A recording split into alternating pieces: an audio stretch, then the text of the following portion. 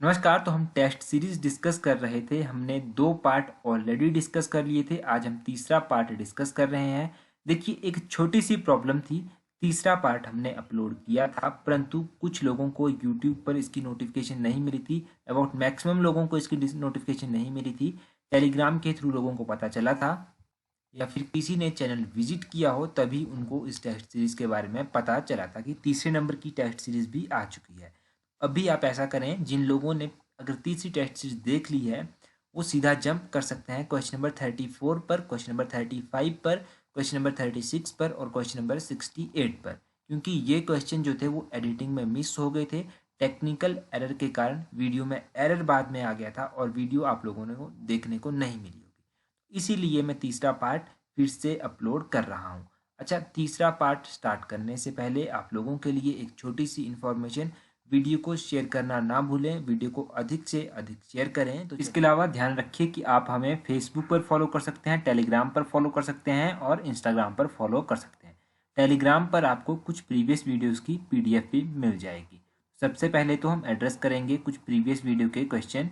जो सबसे पहला डाउट था वो था प्रीवियस टेस्ट 2 में question number 50। Question number 50, under which of the following article of constitution of India the state governor can reserve a bill for the consideration of president. देखिए, काफ़ी important question है। Miss place थोड़ा सा answer का हो गया था। Option C जो है आर्टिकल 200 सही आंसर है ना, तो इसको काइंडली करेक्ट करें। इस तरह की गलतियां, देखिए 100 क्वेश्चन जब हम एक साथ बनाते हैं तो उसमें थोड़ा सा आगे पीछे आंसर्स हो जाते हैं। काइंडली अगर कुछ भी ऐसा पता चलता है तो आप बता दीजिए, क्योंकि आप हमसे सीखेंगे और हम आपसे सीखेंगे। This is learning. लर्निंग जो है एक साइक्लिक प्रोसेस है, इसमें हम एक दूसरे से सीखते हैं और तभी आगे बढ़ पाते हैं। अच्छा, एक और क्वेश्चन था। नेक्स्ट क्वेश्चन था question number 84, which one of the following earthquake wave is more destructive. सबसे ज़्यादा डैमेजिंग वेव्स जो है वो कौन सी हैं अर्थक्वेक की। अब कुछ 4 ऑप्शन यहाँ पर दी गई थी, तो इस क्वेश्चन का ऑप्शन सी सरफेस वेव्स जो था वो सही आंसर था। ये क्वेश्चन भी हमने थोड़ा सा गलत कर दिया था। हालांकि गलती होनी नहीं चाहिए, अगर फिर भी कोई गलती होती है तो आप लोग काइंडली कमेंट करके बताइए, ताकि हम उस गलती को आगे चलकर करेक्ट कर सकें, है ना। तो चलिए डिस्कस करते हैं आज की वीडियो का फर्स्ट क्वेश्चन। तो क्वेश्चन नंबर 1 देखते हैं क्या कहता है। क्वेश्चन नंबर 1 कहता है, Aadhaar card program was started in Himachal Pradesh in. Aadhaar card कार्यक्रम की शुरुआत हिमाचल में कब हुई थी। तो अभी हमने कुछ दिन पहले ही डिस्कस किया था। ऑप्शन बी दिसंबर 2010, 2010 दिसंबर में इसकी शुरुआत हुई थी। Question number 2, in which of the following two communities of the Thoda dance is played. Thoda dance जो है वो साठा और पासा के बीच में होता है। ऑप्शन सी, ये भी हमने डिटेल में डिस्कस किया था। क्वेश्चन नंबर 3 देखते हैं, शिवालिक माउंटेन से रिगार्डिंग है।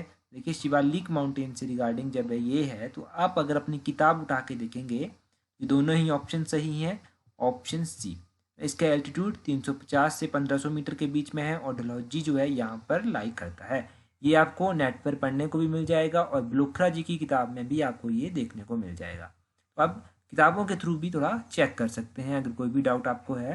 क्वेश्चन नंबर 4, क्वेश्चन नंबर 4 है, who was headed the army to deal with uprising that took place in Bilaspur in 1930।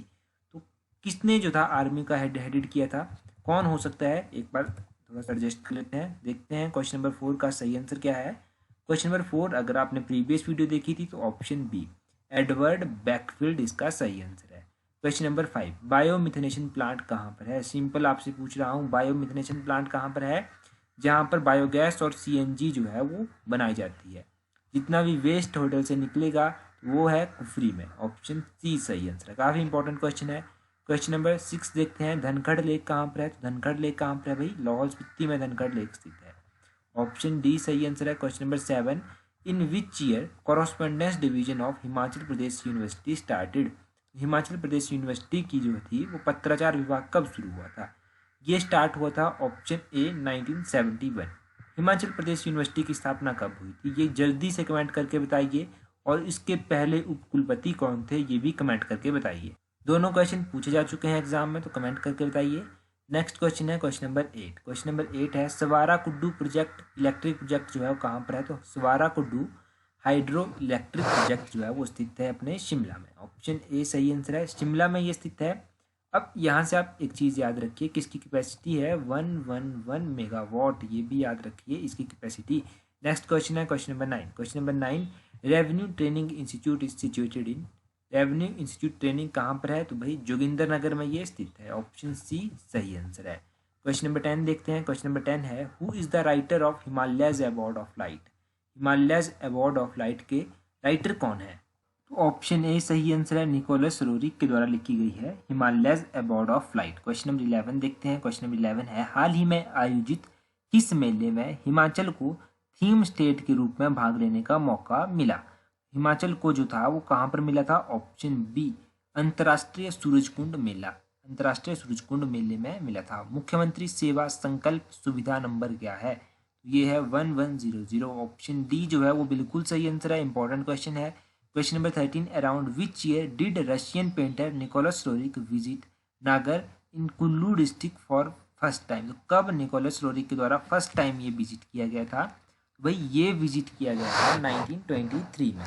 Option C बिल्कुल सही आंसर है। नेक्स्ट क्वेश्चन है question number 14, drop of life is a famous painting, famous work of which of the following artist? तो drop of life किसका famous work था? तो ये था, देखिए चार ऑप्शन आपको दिख रही हैं। Option B Nicholas Roerich, Nicholas Roerich का ये फेमस वर्क था। क्वेश्चन नंबर 15, क्वेश्चन नंबर 15 है, Gondla castle is built in 1780 by विच?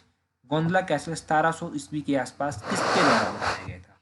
तो ये बनवाया गया था कुल्लू के राजा मान सिंह के द्वारा। ऑप्शन डी जो है वो बिल्कुल सही आंसर है। क्वेश्चन नंबर 16, क्वेश्चन नंबर 16 कहता है, इन द बिगनिंग मधान ठियोग घुंडी वर फीप्स ऑफ? तो मधान ठियोग घुंडी किसकी जागीरें थी स्टार्टिंग में? देखिए अगर आप देखेंगे किसकी जागीरें थी, ये चार ऑप्शन देखते हैं कौन कौन से हैं। तो चार ऑप्शन में से ऑप्शन सी क्योंथल की ये जागीरें थी। ये बड़ा बेसिक क्वेश्चन है ना, इंपॉर्टेंट भी है। Question number 17, capital of Bushahr was shifted from Kamru to Sarahan in? तो बुसहर की राजधानी कामरू टू सराहन कब शिफ्ट की गई थी? भाई ये कब शिफ्ट की गई थी, अगर आप आइडिया लगाएंगे तब इस क्वेश्चन का सही आंसर है ऑप्शन सी 10th सेंचुरी। अच्छा, पिछला जो क्वेश्चन था ना ये रियासतों के बारे में है, इसकी हमने एक ट्रिक भी की थी, है ना, ट्रिक हमने की थी जिसका लिंक नीचे मिल जाएगा डिस्क्रिप्शन बॉक्स में। और इस ट्रिक से रिलेटेड इंपॉर्टेंट इन्फॉर्मेशन आपको हमारे कहाँ पर मिल जाएगी, जितनी भी प्ले लिस्ट हैं उनमें भी मिल जाएगी। चैनल पर जाइए, वहाँ पर देखिए जाकर। क्वेश्चन नंबर 18, क्वेश्चन नंबर 18 है, who has been recently appointed as president of Himachal BJP? तो हिमाचल बीजेपी के प्रेसिडेंट पूछे गए हैं। हिमाचल बीजेपी के प्रेसिडेंट जब आपसे पूछे गए हैं तो राजीव बिंदल, ऑप्शन सी सही आंसर है। क्वेश्चन नंबर 19 देखते हैं, विच one of the following is correct? Pathankot Jogindernagar construction was started in 1929।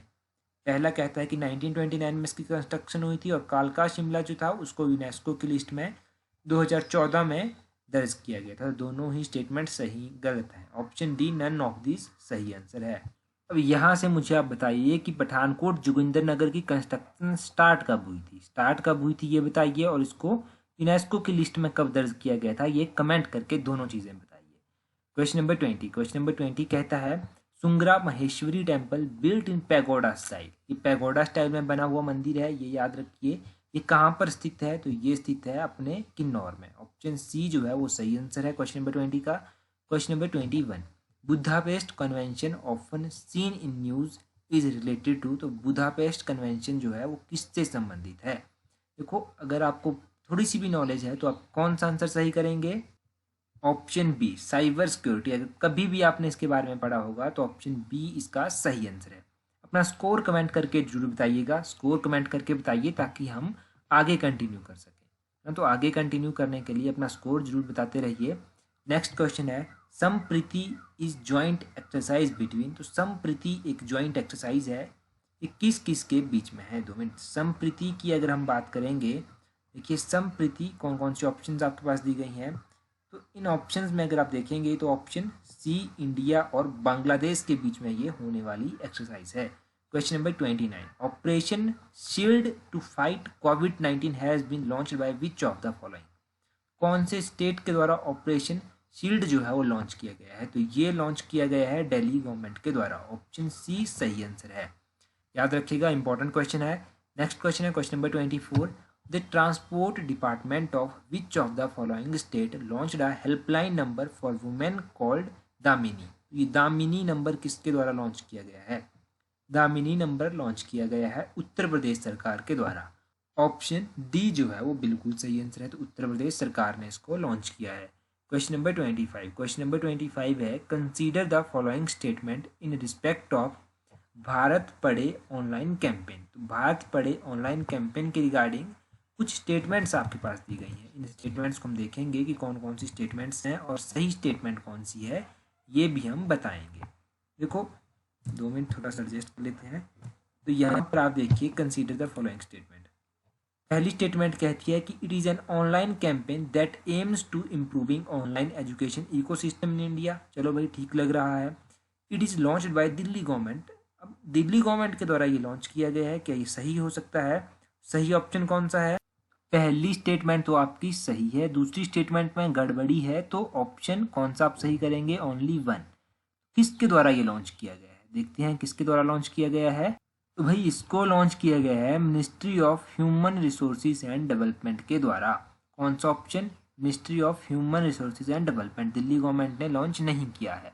Next question देखते हैं consider the following statement regarding legislative council. तो लेजिस्लेटिव काउंसिल के बारे में अगर आपने पढ़ा है तो कुछ स्टेटमेंट आपके पास यहाँ पर दी गई हैं। पहली स्टेटमेंट कहती है legislative assembly can abolish a legislative council where it already exist और create it where it does not. मतलब देखो सिंपल भाषा में आपको समझाता हूँ कि लेजिस्लेटिव असेंबली जो है वो लेजिस्लेटिव काउंसिल को समाप्त भी कर सकती है और क्रिएट भी कर सकती है। पहली स्टेटमेंट ये कहती है।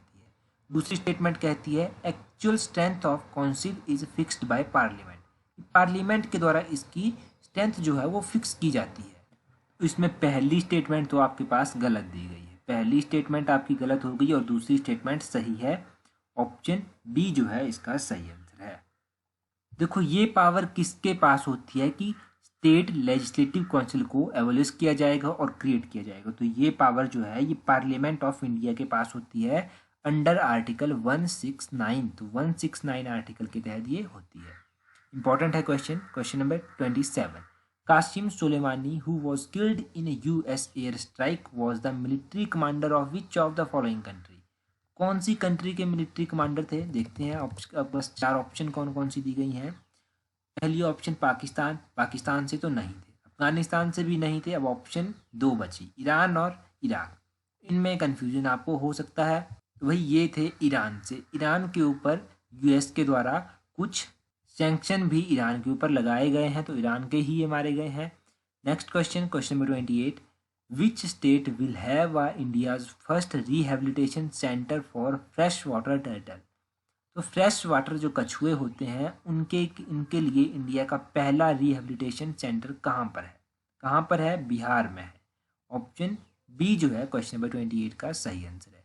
क्वेश्चन नंबर 29, PM किसान योजना के बारे में कुछ स्टेटमेंट आपके पास दी गई हैं। इनमें आपको बताना है कि सही स्टेटमेंट कौन सी है। तो देखते हैं। पहली स्टेटमेंट कहती है कि under the scheme an amount of 6000 per year is transferred in 4 monthly installment of ₹2,000। ये है पहली स्टेटमेंट। दूसरी स्टेटमेंट है कि इसको 2020 फरवरी 24 को लॉन्च किया गया था प्राइम मिनिस्टर नरेंद्र मोदी के द्वारा, गोरखपुर उत्तर प्रदेश। दूसरी स्टेटमेंट आपकी गलत है, 2020 में इसको लॉन्च नहीं किया गया है। ओनली ए सही आंसर है। तो देखो हर 4 महीनों में इसमें जो है वो 2000 रुपया दिया जाता है। 4 महीनों में 2000 रुपया दिया जाएगा, तो 3 बार जो है ये पैसे दिए जाएंगे आपको 2-2 हज़ार करके, और 6000 आपका 1 साल में कंप्लीट हो जाएगा। ये आप समझिए। अब लॉन्च कब किया गया था इसको 24 फरवरी 2019 में लॉन्च किया गया था प्राइम मिनिस्टर श्री नरेंद्र मोदी के द्वारा, गोरखपुर उत्तर प्रदेश से। ये इसकी एक्सप्लेनेशन भी है।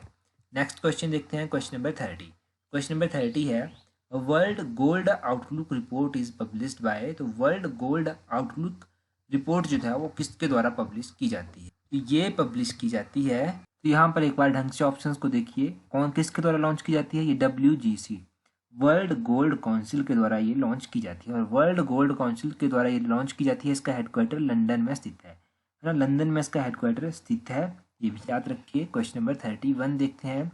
31 है who has been awarded the Indira Gandhi award for national integration for 2018। Indira Gandhi award national integration के लिए 2018 का दिया गया था चंडी प्रसाद भट्ट को। ऑप्शन डी जो है वो सही आंसर है। क्वेश्चन नंबर 32 है, recently which noted philanthropist has won the 2019 Shastram award. 2019 का शास्त्रम अवार्ड किस फिलेंथ्रोपिस्ट को दिया गया है? इस क्वेश्चन का जो है वो option B KP Nand Kumar जो है वो सही आंसर है। इनको ये शास्त्रम अवार्ड दिया गया है। नेक्स्ट क्वेश्चन देखते हैं, question number 33, which Indian author has won JCB prize for literature 2019। JCB prize for literature 2019 किसको दिया गया है? कौन इसके विजेता हैं? तो इसके विजेता है माधुरी विजय। ऑप्शन सी जो है बिल्कुल सही आंसर है। क्वेश्चन नंबर 34 है, रिसेंटली इंडो फ्रेंच एक्सरसाइज शक्ति 2019 has held at which region. तो शक्ति 2019 ये इंडो फ्रेंच एक्सरसाइज है, इंडिया और फ्रांस के बीच में होने वाली एक्सरसाइज है। ये कहाँ पर हुई थी? तो ये हुई थी बीकानेर में। ऑप्शन डी जो है वो सही आंसर है। नेक्स्ट क्वेश्चन है अपना क्वेश्चन नंबर 635। क्वेश्चन नंबर 35 है, who has been awarded India's most powerful women in media award at British parliament. तो किसको ये अवार्ड दिया गया है most powerful women British parliament media award में? तो ये दिया गया है ऑप्शन बी कालीपुरी को। कालीपुरी को ये दिया गया है, ऑप्शन बी सही आंसर है। नेक्स्ट क्वेश्चन है अपना क्वेश्चन नंबर 36। क्वेश्चन नंबर 36 है, consider the following statement about good governance index. Statement कहती है कि गुड गवर्नेंस इंडेक्स डिजाइंड और रिलीज किया जाता है नीति आयोग के द्वारा। दूसरी स्टेटमेंट कहती है कि Kerala has bagged the top position in big states. तो पहली स्टेटमेंट सही है और दूसरी स्टेटमेंट गलत है। और आपकी जो दूसरी स्टेटमेंट है, दूसरी स्टेटमेंट गलत है, तो ऑप्शन ए ओनली वन जो है वो सही आंसर। अब किसने टॉप किया है? तो एक्सप्लेनेशन में देखते हैं। तमिलनाडु ने जो है वो टॉप किया है। याद रखिए, तमिलनाडु ने बिग स्टेट्स में टॉप किया है और महाराष्ट्र ने जो है वो दूसरा स्थान यहाँ पर प्राप्त किया है। ये आप इस गुड गवर्नेंस इंडेक्स के बारे में बेसिक सी जानकारी याद रखिए, अगर आपसे पूछी जाए तो आपको पता होनी चाहिए। नेक्स्ट क्वेश्चन देखते हैं, question number 37, which of the following railway station is first in Indian railway to install sanitising tunnel. तो कौन सा रेलवे स्टेशन है जिसने सबसे पहले सैनिटाइजिंग टनल जो है वो एस्टेब्लाइज की है? Option C Ahmedabad railway station. Ahmedabad railway station के द्वारा जो है ये एस्टेब्लाइज की गई है। क्वेश्चन नंबर 38 है, which of the following has been selected for 27th Ezhuthachan Puraskaram 2019। तो ये किसको दिया गया है एजुथाचन पुरस्कारम 2019? ऑप्शन बी आनंद को ये दिया गया है। नेक्स्ट क्वेश्चन है question number 39, consider the following statement regarding प्रधानमंत्री किसान संपदा योजना। तो प्रधानमंत्री किसान संपदा योजना के बारे में स्टेटमेंट दी गई है।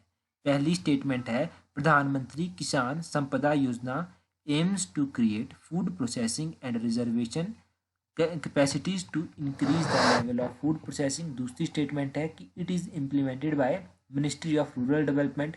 तीसरी है कि mega food park scheme are implemented under Pradhanmantri Kisan Sampada योजना। तो कौन सी स्टेटमेंट सही है? Option C 1 and 3। 1 and 3 जो है वो सही है। अब एक्सप्लेनेशन में कुछ देखते हैं।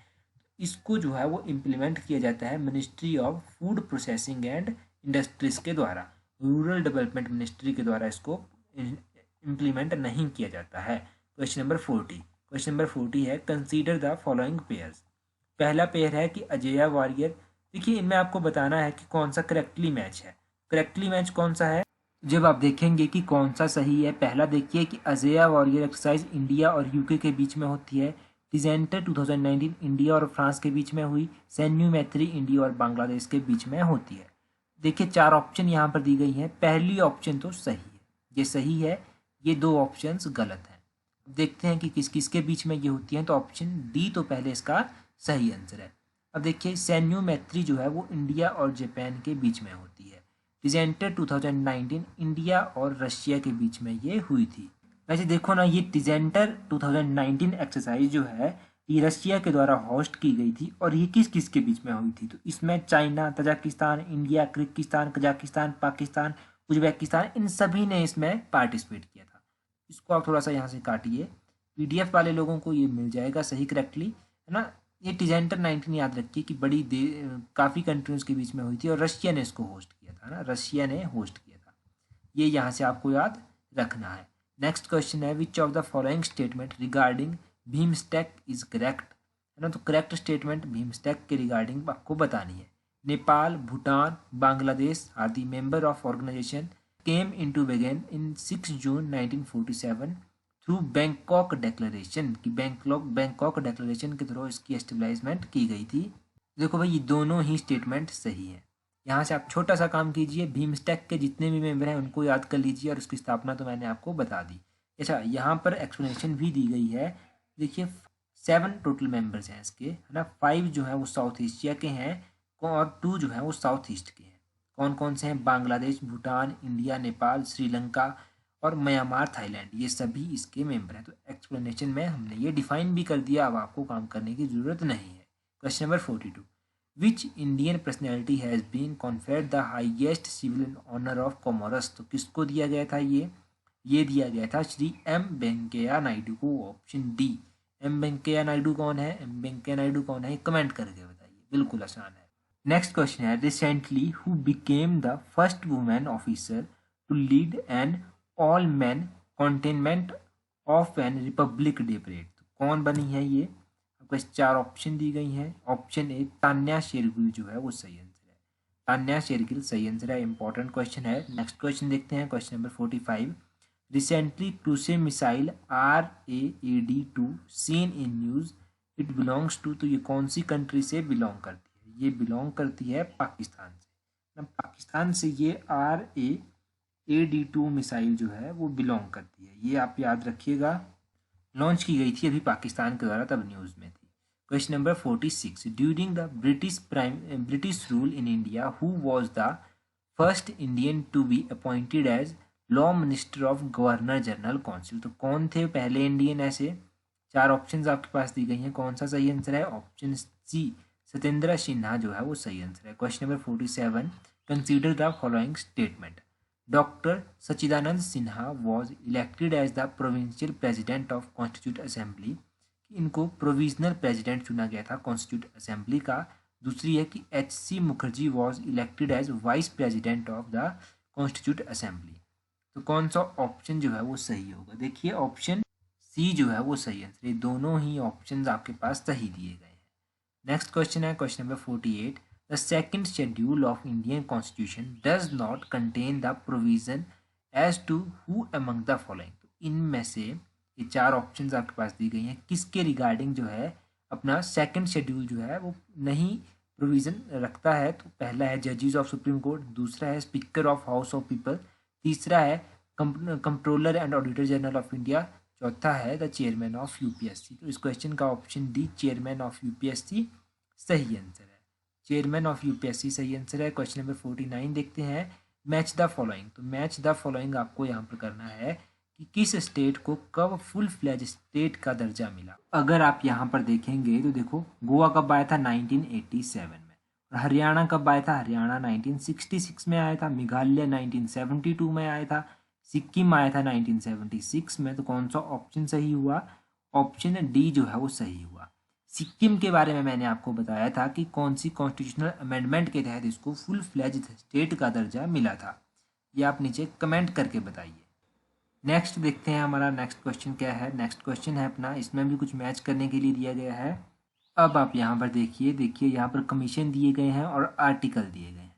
सबसे पहले फाइनेंस कमीशन से संबंधित कौन सा आर्टिकल है? तो फाइनेंस कमीशन से संबंधित है अपना आर्टिकल 280।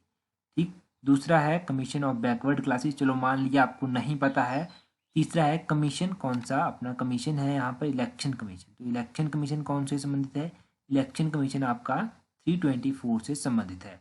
ऑफिशियल लैंग्वेज वाला कौन सा है? ऑफिशियल लैंग्वेज का जो है वो है आर्टिकल 344। और अब बच गया आपके पास एक, तो ये इस तरह से सही है। ऑप्शन सी जो है सही आंसर होगा। तो इस तरह से आप यहाँ से याद रखें। क्वेश्चन नंबर 51 है, the annual report of the UPSC is submit to the, तो UPSC की एनुअल रिपोर्ट जो है वो किसको सबमिट की जाती है?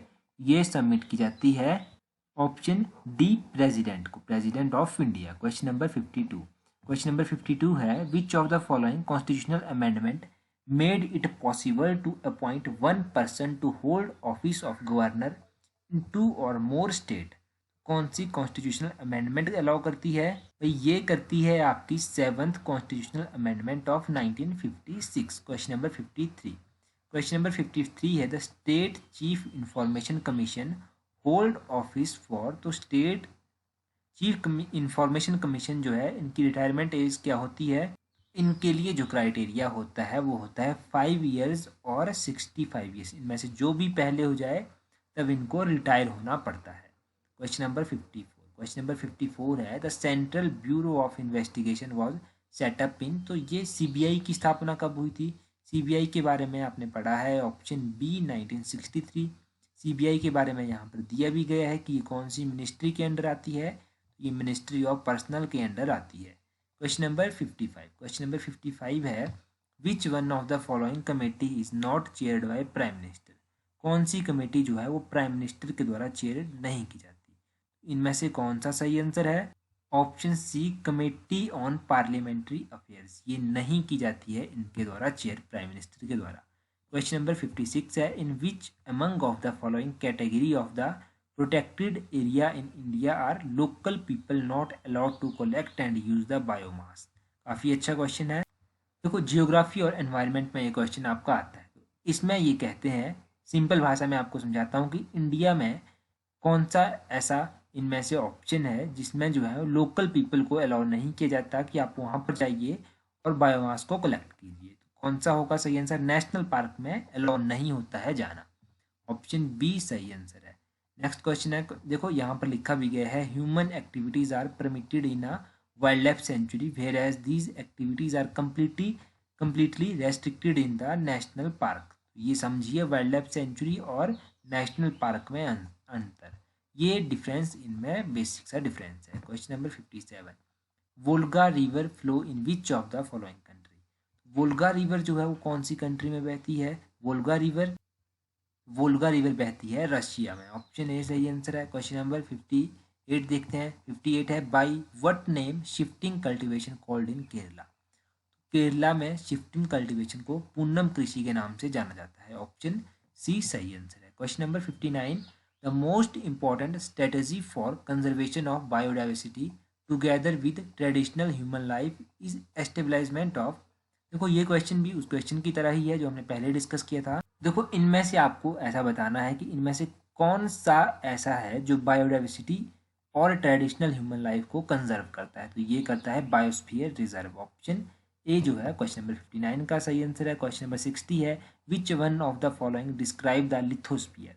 लिथोस्फीयर को कौन सा डिस्क्राइब करता है? तो लिथोस्फीयर को डिस्क्राइब किया जाता है किसके द्वारा? Option D crust and upper mantle के द्वारा। क्वेश्चन नंबर 61 है which of the following can be threats to the biodiversity of geographical area.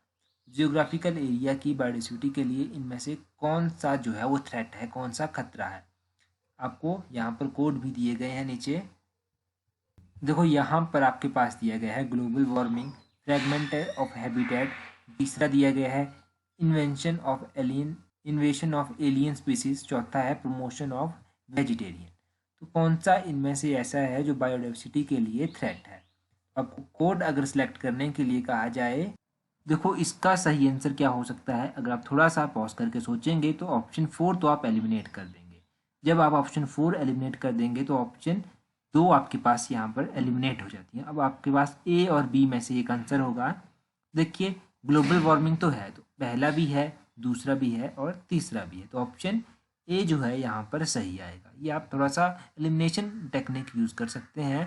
Question number 62 which one of the following is the type of plate boundary of Indian plate along with the Himalayan mountain. तो इनमें से कौन सा सही answer होगा? Option D continent convergence. Option D सही answer है। Question number 63 a deep valley characterized by steep and step like side slopes is known as. तो इसको क्या कहते हैं? इसको कहा जाता है, क्या कहा जाता है? ऑप्शन डी कैन्यन जो है वो सही आंसर है। नेक्स्ट क्वेश्चन है question number 64 which one of the following is the national aquatic animal of India. तो कौन सा है नेशनल एक्वेटिक एनिमल? तो वो है गंजेटिक डॉल्फिन। ऑप्शन सी जो है वो सही आंसर है। क्वेश्चन नंबर 65 है which one of the following region of India has a combination of mangrove forest, evergreen forest and deciduous forest. तो ये है Andaman Nicobar island. Option D जो है वो सही आंसर है। क्वेश्चन नंबर 66, क्वेश्चन नंबर 66 है biodiversity hotspot are located only in tropical region. दूसरा है India has 4 biodiversity hotspot that is eastern Himalayan, western Himalayan, western Ghats, Andaman Nicobar. कौन सा सही है? यहाँ पर देखिए आप, इनमें से कोई भी सही नहीं है। अब इसकी एक्सप्लेनेशन देखते हैं। एक्सप्लेनेशन में कहा जाता है कि ये बायोडाइवर्सिटी हॉटस्पॉट जो है ये ट्रॉपिकल रीजन में भी होते हैं और टेम्परेट रीजन में भी होते हैं। और ये जो है ये पाए जाते हैं eastern Himalaya, Indo Burma, western Ghat, Sundaland and the 4 biodiversity hotspot in India. ये इंडिया के जो है 4 बायोडाइवर्सिटी हॉटस्पॉट पार्क है। Which one of the following have coral reefs?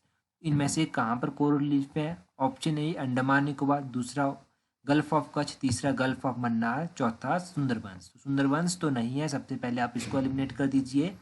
यहाँ से 2 ऑप्शन एलिमिनेट होगी तो ऑप्शन ए सही आंसर है। कौन सा सही आंसर है? ऑप्शन ए। यहाँ पर देखिए कहाँ कहाँ पर होती हैं।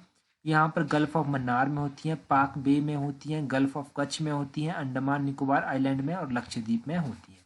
तो ये major reef formation, coral reef formation है इंडिया में, है ना। तो ये आपको पता होना चाहिए। नेक्स्ट क्वेश्चन है क्वेश्चन नंबर 68 है king cobra is the only snake that makes its own nest, why does it make its nest? तो यूपीएससी में ये क्वेश्चन पूछा गया था, एनवायरनमेंट से रिलेटेड क्वेश्चन है। अगर आप इन ऑप्शंस को ढंग से पढ़ेंगे तो ऑप्शन सी सही आंसर है। It is an oviparous snake and lays its eggs in the nest and guards the nest until they are hatched. ये इसकी सही स्टेटमेंट है। तो किंग कोबरा के बारे में शॉर्टली भी आपसे क्वेश्चन पूछा जा सकता है, तो इस क्वेश्चन से आपके काफ़ी डाउट क्लियर हो जाते हैं। नेक्स्ट क्वेश्चन है साल्ट लेक कहाँ पर है?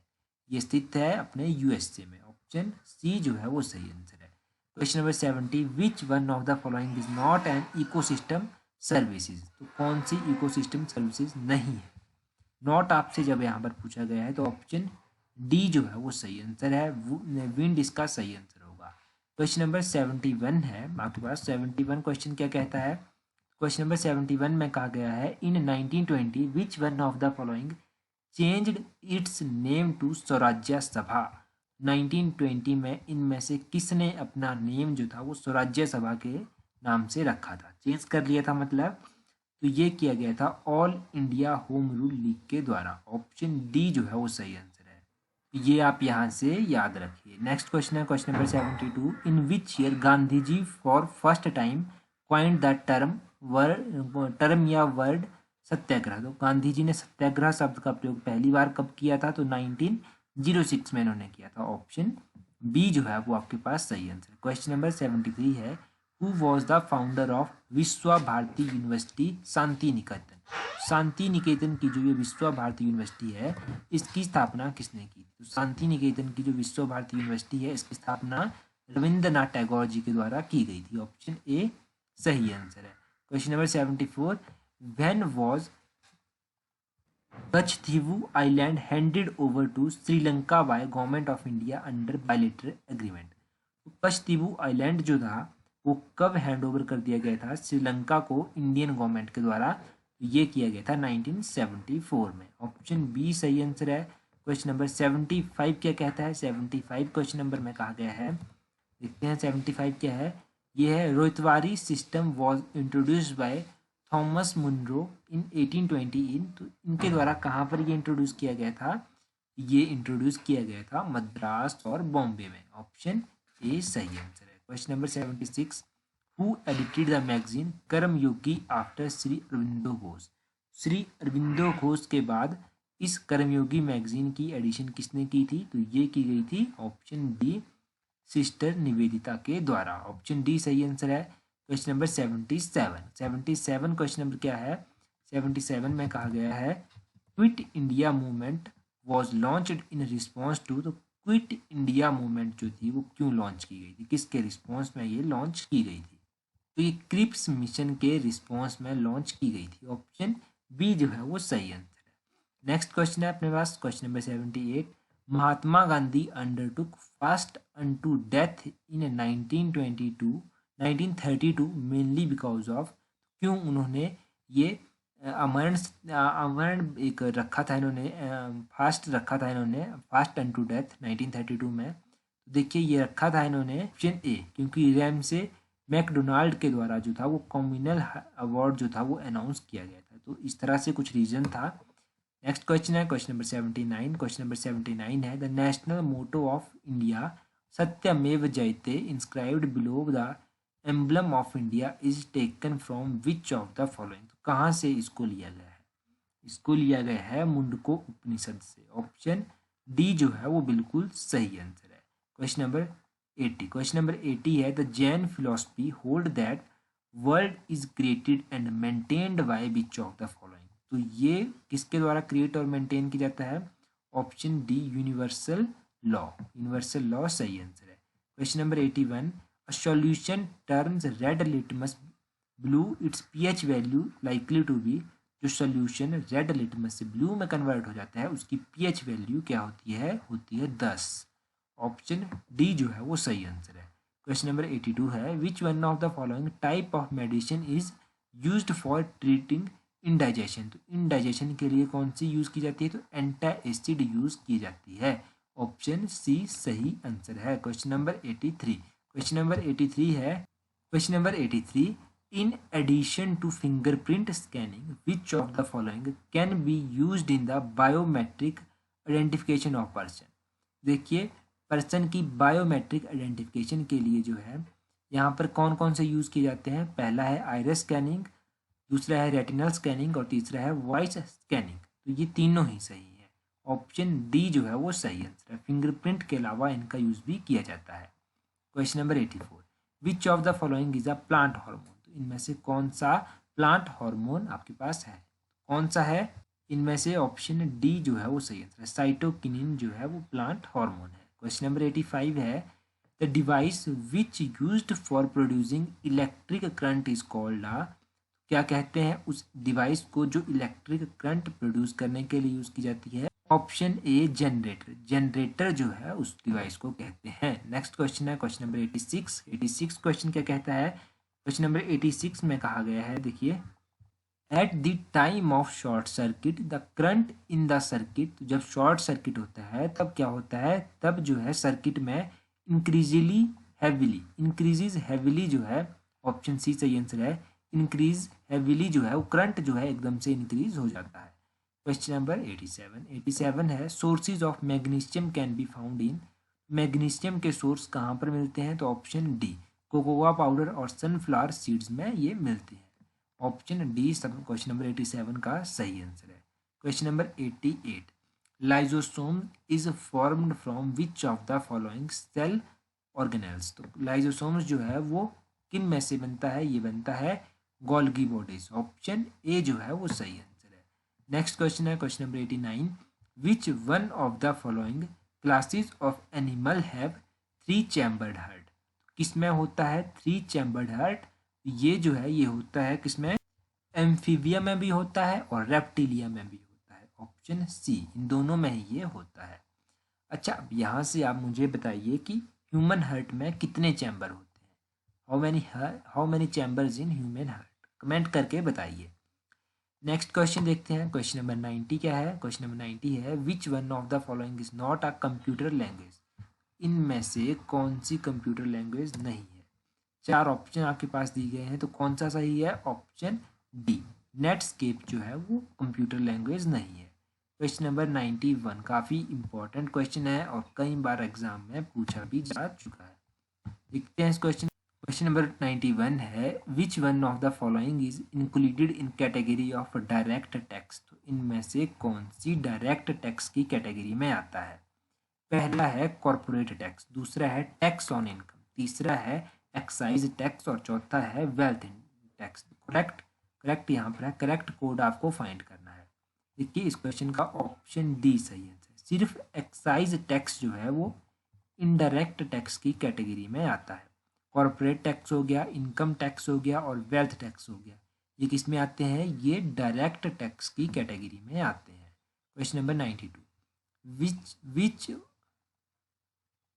With what is operation green related. तो ऑपरेशन ग्रीन जो है वो पोटैटो, टोमेटो और ऑनियन से रिलेटेड है। ऑप्शन ए इस क्वेश्चन का सही आंसर है। Question number 93, according to economic survey of 2019-2020 projected GDP growth of fiscal year 2020-2021 is, तो कितनी थी जो इकोनॉमिक सर्वे निकाला गया था, कितनी हो सकती है? Option B 6 to 6.5%। ये इकोनॉमिक सर्वे के अकॉर्डिंग है। नेक्स्ट क्वेश्चन है question number 94, when a bank return a cheque unpaid it is called, तो क्या कहते हैं उसको? उसको कहा जाता है, ऑप्शन कौन सा है? ऑप्शन डी सही आंसर है, डिसऑनर ऑफ चेक उसको कहते हैं। काफ़ी इंपॉर्टेंट था। Question number 95, economic growth is usually coupled with, economic growth को जो है वो इन्फ्लेशन के साथ कपल किया जाता है। किसके साथ कपल किया जाता है इसको? इन्फ्लेशन के साथ। ऑप्शन बी सही आंसर है। क्वेश्चन नंबर 96 में है, according accounts in which share of various companies are traded in electronic form are called, उसको क्या कहते हैं? उसको कहा जाता है डिमांड अकाउंट। ऑप्शन ए जो है वो सही आंसर है। क्वेश्चन नंबर 97 क्या है? National income of country for a given period is equal to, तो क्वेश्चन नंबर 97 का सही आंसर क्या होगा? 97 का ऑप्शन ए सही आंसर है, the total value of goods and services produced by the nationals, तो ये इसका सही आंसर है। क्वेश्चन नंबर 98 देखते हैं। 98 है, who among the following can B join the national pension scheme, इनमें से कौन सा जो है वो नेशनल पेंशन स्कीम को ज्वाइन कर सकता है? देखो तो इनमें से जो है, अगर आप ढंग से इन ऑप्शंस को पढ़ेंगे तो option C, all state government employees joining the services after the date of notification by the respective state government, तो ये लोग जो है इसको ज्वाइन कर सकते हैं। इस क्वेश्चन की थोड़ी सी एक्सप्लेनेशन भी हम देखते हैं। देखिए, नेशनल पेंशन स्कीम में जो है, a citizen of India weather a residence और नॉन रेजिडेंस, सिटीजन होना चाहिए चाहे वो रेजिडेंट है या नहीं है। Subscriber should be 18 to 65 years, इसकी एज ये रखी गई है 18 to 65 ईयर्स एज, तो ये लोग जो है ये इसके लिए अप्लाई कर सकते हैं। ये क्वेश्चन है, थोड़ा इसको समझ लीजिएगा नेशनल पेंशन स्कीम के बारे में, है ना। ये इंपॉर्टेंट क्वेश्चन था। क्वेश्चन नंबर 90, क्वेश्चन नंबर 98 था। क्वेश्चन नंबर 99 है, डिस्टिंग्विश अनएम्प्लॉयमेंट जनरली मीन्स, तो डिस्टिंग्विश अनएम्प्लॉयमेंट का मतलब क्या होता है? इसका मतलब होता है marginal productivity of labour is zero. Option C जो है वो सही आंसर है। इसके बारे में भी एक बार आप पढ़ लीजिएगा, इंपॉर्टेंट क्वेश्चन है, एग्जाम में पूछा जा सकता है। Question number 100, fiscal deficit less interest payment is called, fiscal deficit less payment interest वाले को क्या कहते हैं? इसको कहा जाता है क्या? Option C, primary deficit. Primary deficit इसको कहा जाता है। आंसर मैंने भी देख लिया था। अब यहाँ से वीडियो को शेयर तो जरूर करें, वीडियो को शेयर करना ना भूलें। So that's all for today, thank you for watching the video.